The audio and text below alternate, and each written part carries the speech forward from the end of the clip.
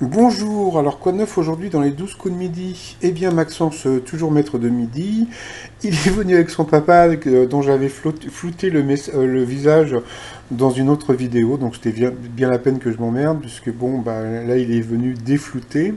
Donc la première question, quel phénomène de danse, gna gna gna, donc c'était la tectonique, donc c'était assez facile. Ensuite, vous aviez donc Alexandre de Saint-Malo qui a eu cette question, qu'a fait l'acteur Ashton Kutcher pour, selon ses propres mots, avoir une vraie connexion avec de vrais gens. Donc il a donné son portable, mais c'était pour une opération marketing. Ensuite, vous aviez donc Jacques du Pas-de-Calais qui a eu cette question en février dernier. Quelle chanson Liliane a-t-elle dédicacée à Liam Neeson? Donc c'était Fuck You. Alors Z n'a pas donné la vraie version, donc pour la dernière promo du film, Liam Neeson avait dit que bon, un jour il y avait comment dire, la fille d'un de ses amis qui s'est fait violer et donc bah, il était sorti dans la rue avec un flingue parce qu'il voulait tuer un noir, voilà. Donc juste à cause de ça, donc bon bah quoi, à cause de ça c'est quand même assez grave. Donc il avait raconté ce truc et donc avec ce truc-là, donc ça a fait quand même pas mal de polémiques. Ensuite, vous aviez donc la jolie Romane, donc de la Nièvre, qui a eu cette question quelle demande particulière une fillette anglaise a-t-elle fait au patron de Disney? Donc elle voulait une princesse à lunettes et princesse à lunettes, princesse à lunettes. Ensuite, eh bien, Alexandre a pris donc Romane en duel. Dans quel programme Big Flo et Oli ont-ils fait leur première apparition? Donc c'était dans le journal télé. Après, bah, il y a eu Roman qui a eu les ovaires, comme je dis, de prendre Maxence en duel. Mais bon, la question était simple, hein, qui a repris la chanson d'Alizé, Moi Lolita, bah, c'était Julien Doré. Ensuite, eh bien, bah, pour la promo des sélections, toujours pas de Tata Véro à l'horizon.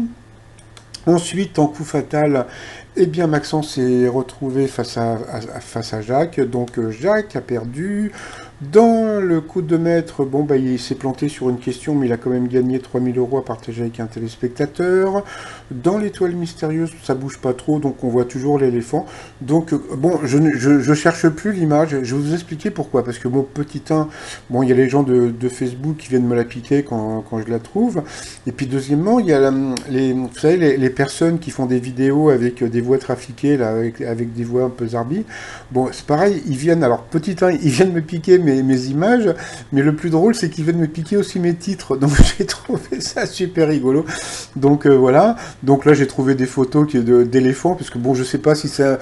Bon, je pense que c'est peut-être que ça va être un éléphant hindou ou indien. Donc voilà. Donc je vous ai trouvé d'autres éléphants. Donc comme je vous ai dit, donc peut-être que c'est un rapport avec le film du Chuck Norris indien, ou bien c'est à cause des facs. Donc les facs, c'est les comment dire, c'est les blagues qui courent sur Chuck Norris.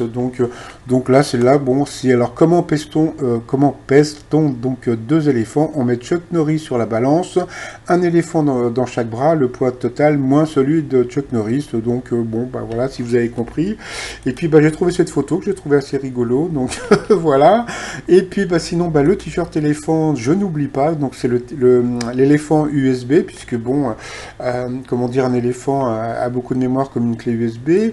Le t-shirt Notre-Dame de Paris. Oh putain, je suis trop drôle, faut que j'arrête.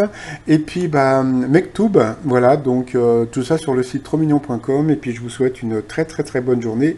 Et je vous dis à demain. Bye bye.